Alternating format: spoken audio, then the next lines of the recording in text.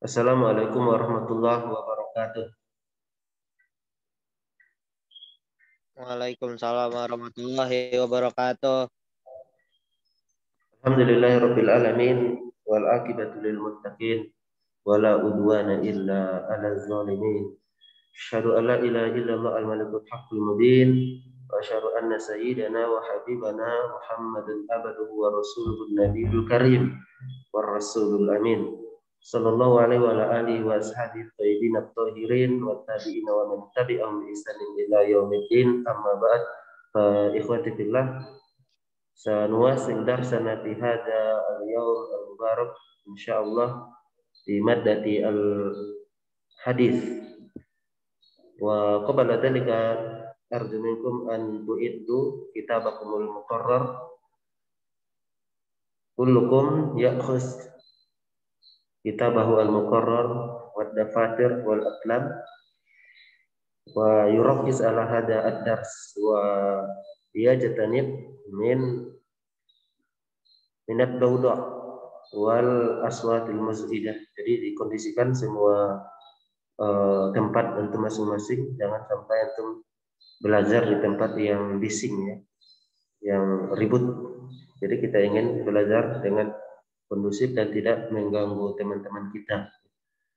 Kemudian untuk apa? Ketika nanti ada pertanyaan ya silahkan ajukan aja ya. Tapi kalau tidak ada, nggak usah berbicara atau ribut atau menghidupkan suara-suara yang bisa mengganggu proses pembelajaran kita pada pagi yang berbahagia ini. Nah, insya Allah kita akan lanjutkan membahas hadis at-tarhib min masawi'il akhlaq.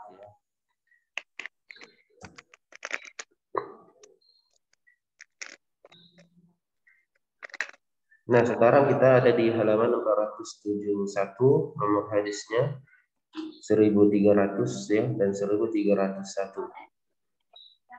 Ya, kita mulai aja. Di pertemuan sebelumnya kita jelaskan ya sedikit tentang hadis nomor 1300. Nah, di sini akan kita ulangi sedikit ya. Di sini ada video penjelasan dari Syekh. Kenapa tidak dibeli, Mir? Nah, coba kita dengarkan dulu ya, biar kita terbiasa untuk menyimak ceramah-ceramah berbahasa Arab. Nah, setelah itu nanti Ustaz akan coba jelaskan ulang ya apa yang telah disampaikan oleh beliau di dalam video ini. Ya, kita simak. Kemudian antum ya jangan ribut gitu ya. Jangan ada suara-suara yang mengganggu konsentrasi belajar kita. وعن ابن عمر رضي الله عنه قال قال رسول الله صلى الله عليه وسلم من تعاظم في نفسه تعاظم أي نزل نفسه منزلة العظيم وهذا كبر باطل واختال في مشيته أي مشى مشية المختال المفتخر وهذا كبر ظاهر فقول تعاظم في نفسه هذه الكبرياء في القلب واختال في نفسه في مشيته ايش الكبرياء في العمل في الظاهر لقي الله تعالى وهو عليه غضبان لقي الله يعني يوم القيامة وهو أي الله عز وجل عليه أي على هذا المتعاظم المختال غضبان الجملة بقوله وهو عليه غضبان حال من لفظ الجلال. فيقول الرسول عليه الصلاة والسلام إن التعاظم في النفس والاختيال في المشية إذا اجتمعا استحق فاعلهما هذا الوعيد وهو غضب الله عز وجل. ففيه دليل على فوائد منها تحريم التعاظم في النفس وليعلم أن الإنسان كلما تعاظم بنفسه ازداد ضعة عند الله وعند الناس وهذا من الجزاء الذي يكون من جنس العمل وكلما ذل الإنسان بنفسه وتواضع ازداد رفعه ولهذا جاء في الحديث الصحيح من تواضع لله رفعه وجاء في الحديث الصحيح أيضا الكبر بطر الحق Nah, kita cukupkan sampai di situ ya penjelasan dari Syekh Muhammad bin Shalih Al-Utsaimin, dan kita lanjutkan ya, penjelasan dengan bahasa Indonesia beberapa poin penting dari yang disampaikan Syekh di dalam video ini. Oke, ini tadi teks hadisnya ya. Ini sudah dijelaskan di pertemuan sebelumnya ya kan. Ini arti dari hadis ini. Nah, kita langsung menjelaskan beberapa poin penting dari hadis ini. Karena ini kemarin sudah disinggung ya tentang penjelasan hadis ini, tapi belum sempurna ya. Nah, kita akan coba jelaskan beberapa poin ya yang perlu kita ketahui dari hadis ini. Oke, jadi hadis ini menunjukkan tercelanya sifat al-kibr ya, sifat sombong, wa ta'azum. Ta'azum itu merasa mulia, merasa lebih pantas untuk dimuliakan ya, dan ditinggikan. Nah, dua sifat ini ya, itu tadi sombong dan merasa merasa paling hebat ya, paling mulia, paling layak untuk dihormati gitu. Ini bisa kita lihat ya dari beberapa indikasi, beberapa tanda gitu. Bisa dari cara berjalan seseorang, berjalan dengan angkuh, atau bisa juga kita lihat dari cara dia memakai pakaian. Misalnya untuk perempuan ya, itu sering misalnya orang-orang kaya gitu itu memperlihatkan perhiasannya, antingnya, gelangnya yang emas atau apalah gitu. Bisa juga dilihat dari ucapannya, ya, tutur kata seseorang ya, kok kelihatan sombong kali gitu. Atau kondisi-kondisi yang lain, atau gerak-geriknya, misalnya tingkah lakunya. Jadi orang seperti ini, orang yang sombong ini ya, ketika dia merasa lebih berhak dimuliakan, dihormati dibanding orang lain, fa innahu yalqallaha yaumil qiyamah wa huwa 'alaihi ghadban. Kelak dia akan berjumpa dengan Allah Subhanahu wa taala di hari kiamat dan Allah marah kepadanya. Allah membencinya. Jadi dari hadis ini bisa kita pahami bahwa sifat sombong itu diharamkan. Wal hadis dalilun ala tahrimil kibri. Hadis ini menunjukkan haramnya sifat sombong. Wa annahu mimma yujibu ghadaballahi ta'ala. Jadi sifat sombong itu bisa mengundang ya, kemurkaan, kemarahan Allah Subhanahu wa taala. Oke, kita lanjut. Padahal Islam ya mengajarkan kepada kita semua untuk tawadu, untuk senantiasa merendah diri, walaupun kita sudah kaya misalnya, lebih kaya dari orang lain, lebih cerdas dan lebih dari segalanya gitu, tapi tetap kita harus tawadu, harus merendah diri ya. Jangan sampai terjatuh dalam sifat sombong dan merasa paling hebat ya, paling mulia, paling layak dihormati gitu. Itu nggak boleh. Nah, orang ya, kalau sudah sombong, kelak Allah akan memperlakukannya sebagaimana Allah memperlakukan orang yang Allah benci, orang yang Allah murkai. Misalnya tidak diajak bicara kelak di akhirat, tidak dipedulikan ya, tidak dilihat, dianggap tidak ada. Kemudian hadis ini juga sebagai apa namanya, al-wa'id ya, teguran keras untuk kita semua ya, agar jangan sampai memiliki sifat ini, karena ini merupakan dosa besar minal kabair.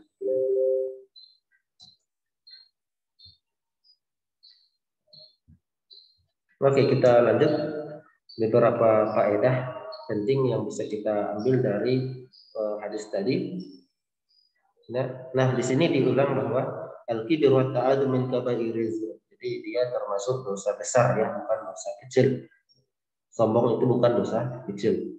Kemudian sombong itu ada yang batin, ada yang zahir. Ya, kalau dia batin kan biasanya di dalam hati ya. Itu lebih kepada perasaan merasa lebih ya, lebih hebat, lebih mulia, lebih terhormat dan seterusnya ya. Kalau dia yang zahir itu memang nampak dari penampilan. Misalnya dari cara berjalan kita ya, lewat ucapan kita ya dan seterusnya. Kemudian yang ketiga, seorang muslim ya seharusnya harus selalu tawadu. Jangan sampai tumbuh sifat sombong di dalam hatinya. Kemudian poin yang keempat dan poin yang kelima itu menetapkan kalau Allah memiliki sifat marah. Jadi Allah juga bisa marah. Ya, bisa murka. Kemudian kelak di akhirat kita akan berjumpa dengan Allah Subhanahu wa taala. Jadi itu poin-poin penting dari hadis ini. Nah, kita lanjutkan menjelaskan hadis berikutnya, yaitu tentang hadis al-ajalah minasyaiton. Al-ajalah minasyaiton. Tergesa-gesa ya merupakan sifat syaitan. Oke, kita dengarkan dulu. Di sini ada ceramah singkat ya dari Asy-Syaikh Ad-Doktor Al-Ustadz Ad-Doktor Sulaiman Ar-Ruhaili. Oke, kita simak, kemudian nanti kita jelaskan ulang ya. Jadi kita ingin biasakan antum untuk mendengar ceramah bahasa Arab ya. Walaupun hanya beberapa menit ya, dalam singkat. قال رحمه الله عن سهل بن سعد رضي الله عنهما قال قال رسول الله صلى الله عليه وسلم العجلة من الشيطان أخرجه الترمذي وقال حسن. نعم، قال هذا حديث غريب. الترمذي قال هذا حديث غريب وضعفه الألباني، ورواه أبو يعلى والبيهقي بلفظ التأني من الله والعجلة من الشيطان. وبدراسة إسناد الحديث يظهر والله أعلم أن الحديث حسن. يظهر والله أعلم أن الحديث حسن. قال رسول الله صلى الله عليه وسلم العجلة يا إخوة طلب الشيء قبل وقته. طلب الشيء قبل وقته، وهي مذمومة ولا تنتج خيرا، وإنما تنتج الشر إما في الحال أو المآل، إلا في أعمال الآخرة. فإن العجلة في أعمال الآخرة بمعنى المسابقة والمسارعة، وهي محمودة. ولذلك قال النبي صلى الله عليه وسلم التؤدة في كل شيء إلا عمل الآخرة. التؤدة أي التأني في كل شيء إلا في عمل الآخرة. رواه أبو داود وصححه الألباني. وفي رواية الحاكم التؤدة في كل شيء خير إلا في عمل الآخرة. في رواية الحاكم التؤدة في كل شيء خير إلا في عمل الآخرة. فدل ذلك يا إخوة على أن العجلة في كل شيء مذمومة وتقود إلى الشر إلا في عمل الآخرة، فإن المسارعة والمسابقة في عمل الآخرة مطلوبة ومحمودة وتؤدي إلى خير. قال النبي صلى الله عليه وسلم العجلة من الشيطان. وفي الرواية الأخرى التأني من الله والعجلة من الشيطان. قال العلماء التأني من الله لأن الله هو الذي يأمر بالأناة، والعجلة من الشيطان لأن الشيطان هو الذي يحث عليها. الشيطان يحث الإنسان على العجلة من أجل أن يوقعه في الشر، وهذا يدل على أن العجلة مذمومة من جهة فعلها وجالبة للشر من حيث أثرها. العجلة مذمومة من حيث فعلها أي من جهة فعلها، وجالبة للشر من جهة أثرها. فإن أثر العجلة على العبد الشر إما في الحال وإما في المآل. نعم. قال رحمه. Oke, kita lanjut ya. Semoga teman bisa paham ya apa yang disampaikan Syekhnya. قال رحمه. Oke, ini teks hadisnya, nomor hadis 1301 ya. Jadi secara ringkas artinya adalah tergesa-gesa termasuk perbuatan syaitan. Al-ajalatu minasyaitan ya, ringkas hadisnya. Cuman yang panjang ini sanad ya, sanad dan riwayat hadisnya. Nah, kita lanjut. Ya, baik ikhwan sekalian yang dimuliakan oleh Allah Subhanahu wa taala. Topik pembahasan ya, masih tentang hadis yang tadi ya. Ini penjelasannya ya, silahkan disimak dengan seksama. Jadi dari hadis yang di atas tadi dapat kita pahami bahwa tergesa-gesa dalam bertindak itu dilarang ya.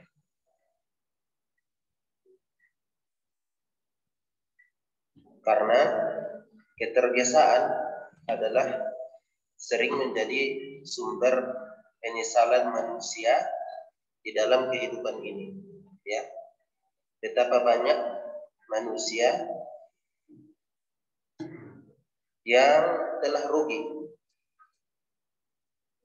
atas dosa dan kesalahannya. Disebabkan apa? Disebabkan oleh sifat tergesa-gesa yang dimilikinya. Contoh tergesa-gesa yang berdampak fatal antara lain, misalnya terlanjur mengambil keputusan penting dalam keadaan marah, menjual barang berharga di saat kebutuhan mendesak, dan lain-lain. Rasulullah Shallallahu Alaihi Wasallam bersabda, "Innamal ilmu bitta'allum wa innamal uluma bittahallumi wa man yataharral khaira yu'tih wa man yatawaqqa syarra yuqah." Wa at-Tabarani. Sesungguhnya ilmu didapatkan dengan belajar, dan sesungguhnya al-hilm itu kesabaran dan ketenangan, yaitu tidak tergesa-gesa, didapatkan dengan melatih. Barang siapa yang berusaha untuk mendapatkan kebaikan, maka Allah akan memberikannya. Barang siapa yang berusaha untuk menghindari keburukan, niscaya akan terhindar darinya. Nah, ini adalah tips ya untuk bisa ya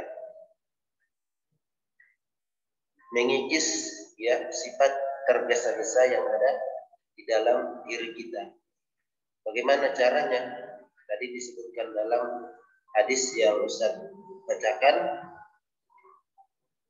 yaitu dengan melatihnya, dengan senantiasa terus kita latih. Nah, kemudian perlu juga kita ketahui bahwa tergesa-gesa adalah bisikan setan ya, sesuai dengan yang ada di hadis ini ya. Al-ajalatu minasyaitan.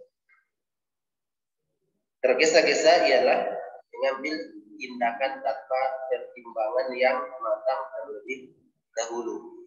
Jadi ini yang disebut dengan tergesa-gesa, yaitu seseorang bertindak atau mengambil keputusan tanpa persiapan yang terencana, dan disebut juga dengan istilah ceroboh. Nah, sifat buruk ini berasal dari bisikan setan. Tujuan utamanya adalah membinasakan manusia dan menjadikannya menyesal di akhir tindakan yang telah terlanjur dilakukannya. Allah Subhanahu wa taala berfirman, "Kulikul insanu min ajal." Artinya manusia telah dijadikan bertabiat tergesa-gesa. Ini tersebut di dalam surah Al-Anbiya ayat 37. Tergesa-gesa ini adalah penyakit manusia. Oleh karena itu Rasulullah Shallallahu Alaihi Wasallam menyebutkan dalam hadisnya bahwa sifat tenang berasal dari Allah Subhanahu Wa Taala, sedangkan tergesa-gesa berasal dari bisikan setan. Rasulullah Shallallahu Alaihi Wasallam bersabda di dalam hadis yang lain, "At-ta'anni minallah wal ajalatu minasyaitan." Jadi nyambung dengan hadis yang kita pelajari pada hari ini. Artinya ketenangan datangnya dari Allah, sedangkan tergesa-gesa datangnya dari syaitan. Ya. Kemudian ada beberapa dampak fatal ya dari tergesa-gesa. Di antara dampak fatal dari tergesa-gesa, yang pertama, kecelakaan. Data angka kecelakaan di Indonesia kebanyakan disebabkan oleh sifat tergesa-gesa. Angka kecelakaan di Indonesia termasuk tertinggi di ASEAN. Sebab dalam sehari terdapat 1 juta insiden. Kecelakaan menembus angka 2,7% dengan rata-rata korban di usia produktif antara 15 sampai 22 tahun. Dampak yang lain, perceraian. Keputusan untuk bercerai antara suami istri diambil karena sifat tergesa-gesa. Angka perceraian di Indonesia termasuk tertinggi di Asia Pasifik, ya. Semenjak tahun 2006 hingga tahun 2017 lalu. Kemudian apa lagi? Kasus narkoba. Kasus narkoba kebanyakan disebabkan oleh sifat tergesa-gesa manusia untuk menyerah dalam menghadapi kenyataan pahit yang dihadapi. Setiap tahun jumlah kematian di Indonesia yang disebabkan oleh narkoba mencapai 50.000 jiwa. Sedangkan penghuni penjara 80% adalah disebabkan kasus mandi duluan oleh narkoba, ya.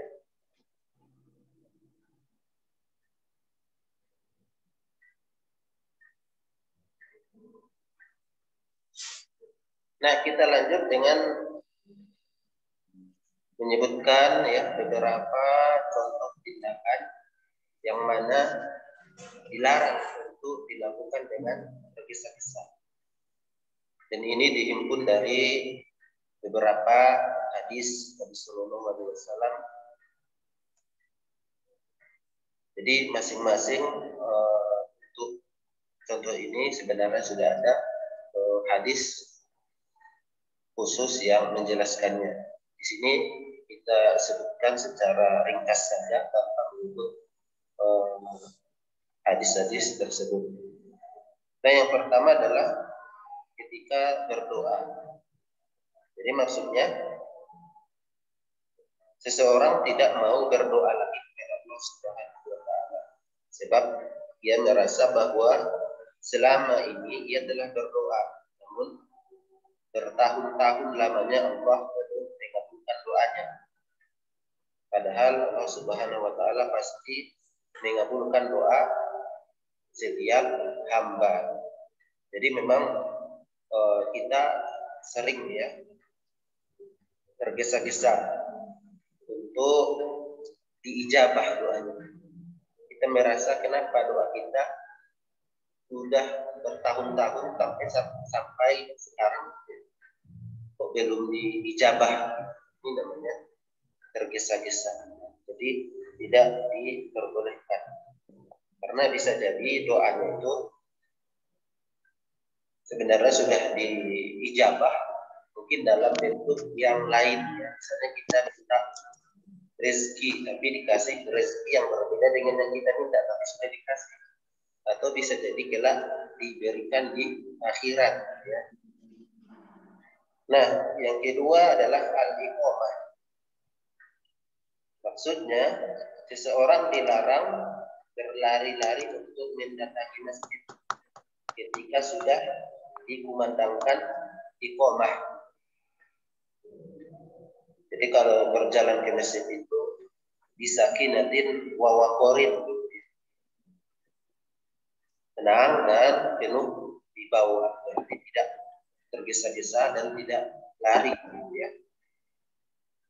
Kemudian yang ketiga al-aklu, makan. Maksudnya seseorang dilarang untuk tergesa-gesa dalam menghabiskan makanan. Karena kalau kita tergesa-gesa bisa mengakibatkan makanan akan masuk ke jalur pernafasan. Hal itu bisa menyebabkan kematian. Ya, jadi hati-hati. Kemudian yang keempat al-kalam, ya, berbicara. Apa maksudnya? Seseorang dilarang untuk cepat dalam berbicara, tergesa-gesa dalam menyampaikan, dalam mengajar, ataupun dalam berceramah, berkhutbah. Jadi tidak dianjurkan untuk tergesa-gesa di dalam berbicara. Kemudian yang kelima apalagi? Thalabul ilmi, mencari ilmu. Jadi seseorang dilarang untuk menyerah dalam upaya menuntut ilmu sebelum memperoleh hasilnya. Sebab mencari ilmu butuh kesabaran dengan prinsip long life education. Jadi terkadang kita memang tergesa-gesa ya, ketika menghafal Al-Quran, ingin cepat-cepat ya, selesai, ingin cepat hafal dan tidak sabaran, padahal masih banyak kesalahan misalnya dalam sifat huruf ya, sifat hurufnya, makhorijul hurufnya ya, panjang pendeknya. Jadi jangan tergesa-gesa di dalam thalabul ilmi, di dalam menuntut ilmu. Kemudian yang keenam al-fatwa. Apaan sih? Maksudnya adalah belum kasih aktif, dalam dikasih aktif dihilangin. Atau menjawab pertanyaan. Kemudian yang selanjutnya adalah ad-dakwah.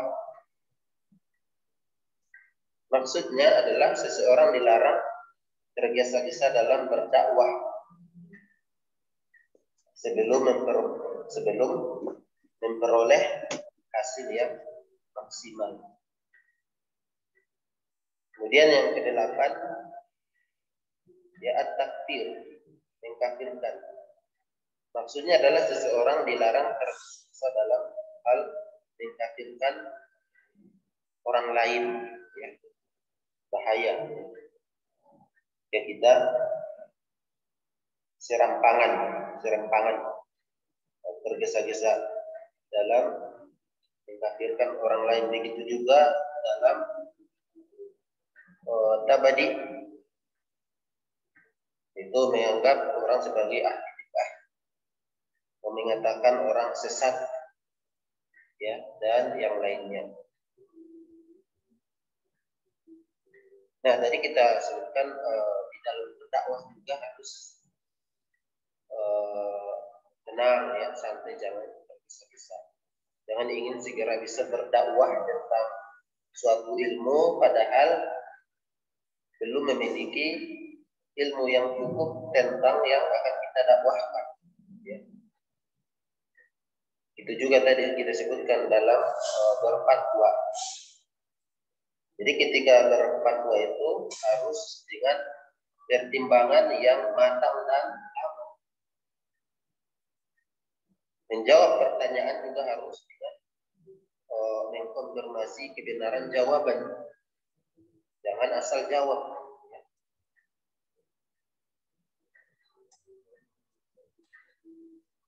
Begitu juga tadi ya, tolak ilmu dalam belajar, ya, dalam mencari ilmu harus ya santai, ya, harus tenang, bergesa-gesa, harus memiliki kesabaran yang kuat. Jadi ini beberapa contoh ya, yang mana di dalamnya dilarang bergesa-gesa.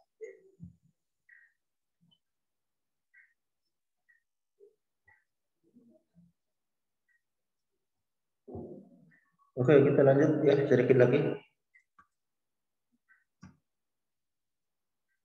Oke, tadi kita sudah menjelaskan ya apa yang dimaksud dengan bergesa-gesa, kemudian contoh-contohnya.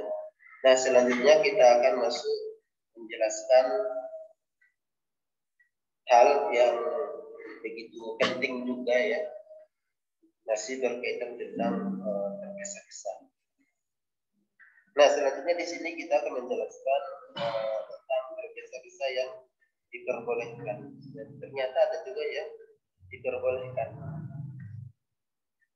Ada 5 hal yang boleh dilakukan dengan keadaan bergesa-gesa. Jadi ada 5 hal. Dari Hatim al-Asam, dari Hatim al-Asam, rahimahullah berkata, yuqalu al-ajalatu minasyaitan illa fi khamsin. Itu amil ta'am idha hadarat baik, wa tajhizil mayt idha mata, wa tazwijil fikri idha adarakat, wa quda'id daini idha wajaba, wa taubati binadzambi idha adnaba. Nah, beliau ini mengumpulkan dari beberapa hadis dari Nabi Shallallahu Alaihi Wasallam. Ya, kemudian dia menyimpulkan dari hadis-hadis tersebut bahwa ada 5 perbuatan yang dibolehkan dilakukan dengan keadaan bergesa-gesa, yaitu menyajikan makanan untuk tamu. Jadi ketika kita kedatangan tamu, itu dianjurkan untuk segera ya menyajikan makanan ya untuknya. Jangan dibuat lapar tamunya. Ya. Jangan ditunggu sampai tamunya lapar dulu. Kita kasih makanan, kita kasih minuman. Jadi diupayakan sesegera mungkin. Kemudian yang kedua, tajhizil mayt idza mata. Mengurus jenazah, mengurus mayit. Apabila ada orang yang meninggal, itu sunnahnya harus segera ya. Segera dilaksanakan fardu kifayahnya. Jangan dilama-lamakan. Tidak usah nunggu malam ya. Atau nunggu keluarganya misalnya ada itu jauh sampai. Jadi kalau jenazah itu ya harus disegerakan dilaksanakan fardu kifayahnya. Kemudian yang ketiga, tazwijil bikri idza ada menikahkan anak gadis ketika sudah ada jodohnya, jangan dilama-lamakan. Kemudian yang keempat, qada'id dain idza wajaba, lunasi hutang ketika sudah jatuh temponya. Ketika kita berhutang sampai waktunya, kapan misalnya perjanjian kita dengan orang tersebut, maka yang kita upayakan sesegera mungkin bayarnya. Kemudian yang kelima, wa taubati minadz-dzambi idza adnaba. Ya. Segera bertaubat jika berbuat dosa. Jadi kita sudah jelaskan di sini ada beberapa contoh ya, beberapa kasus yang mana kita harus segera melaksanakan.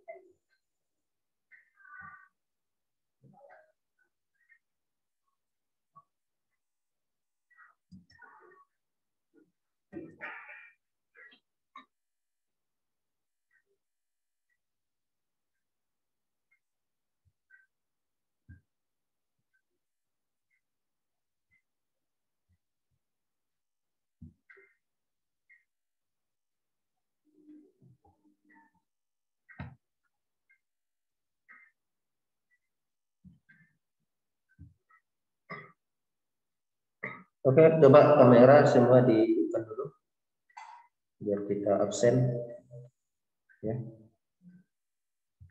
Oke, yang lain.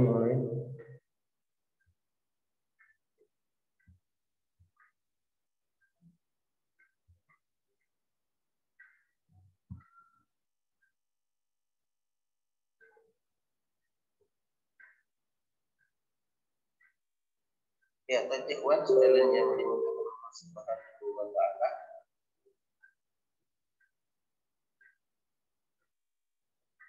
Disebutkan di dalam sebuah al-masal masyhur ya, ada ungkapan ya yang sudah masyhur. Bagaimana ungkapan tersebut? Wa fil ajalati an-nadamah. Di dalam sikap tergesa-gesa tersebut ya tersimpan penyesalan. Makanya memang orang yang sering tergesa-gesa melakukan sesuatu seperti yang saya jelaskan di awal tadi, sering ya merasa menyesal. Oleh sebab itu Nabi Shallallahu Alaihi Wasallam melarang kita untuk tergesa-gesa, kecuali dalam beberapa hal yang sudah kita sebutkan ya di atas tadi. Al-aslu fil ajalati annaha mazmumah.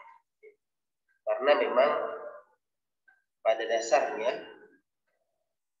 tergesa-gesa itu merupakan sifat yang mazmumah, tercela. Akan tetapi bisa juga berubah kondisinya menjadi mahmudah, terpuji. Kapan itu? Idza kanat min ubaili al-musara'ati fil khairat. Ya. Kalau dalam bentuk berlomba-lomba untuk melakukan kebaikan, amal soleh, hal-hal yang kaitannya dengan amalan akhirat, maka di sini dia menjadi mahmudah, terpuji ya. Jadi bersegera ya untuk melakukan sholat misalnya.